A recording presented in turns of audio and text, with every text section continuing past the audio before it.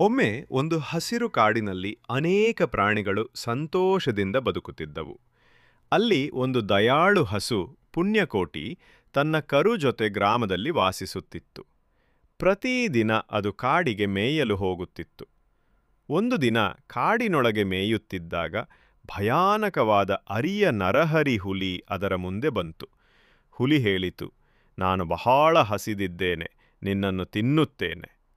ಪುಣ್ಯಕೋಟಿ ಶಾಂತವಾಗಿ ಉತ್ತರಿಸಿತು, ಹುಲಿಯಪ್ಪ, ನನ್ನ ಕರು ಹಸಿದಿದೆ, ಅವಳಿಗೆ ಹಾಲುಣಿಸಿ ಬರುತ್ತೇನೆ.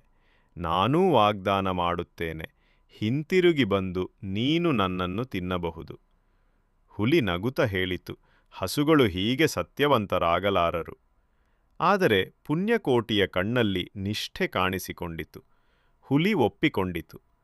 ಪುಣ್ಯಕೋಟಿ ಮನೆಗೆ ಬಂದು ಕರುಗೆ ಹಾಲುಣಿಸಿ ಕರುಗೆ ಪ್ರೀತಿ ತುಂಬಿದ ಮಾತು ಹೇಳಿತು, ನನ್ನ ಕರು, ನಾನು ನನ್ನ ಮಾತು ತಪ್ಪುವುದಿಲ್ಲ, ಸತ್ಯವೇ ದೇವರು ನಂತರ. ಅದು ಮತ್ತೆ ಕಾಡಿಗೆ ಹೋದಳು. ಹುಲಿ ಆಶ್ಚರ್ಯದಿಂದ ನೋಡಿ, ನೀನು ಸತ್ಯವಂತಳಾ ಎಂದು ಅತ್ತಿತು.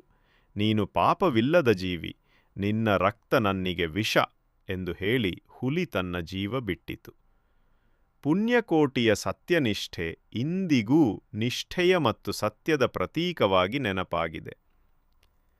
ಪಾಠ: ಸತ್ಯ ಮತ್ತು ನಿಷ್ಠೆ ಯಾವಾಗಲತ್ಯ ಮತ್ತು ನಿಷ್ಠೆ ಯಾವಾಗಲೂ ಜಯಿಸುತ್ತವೆ.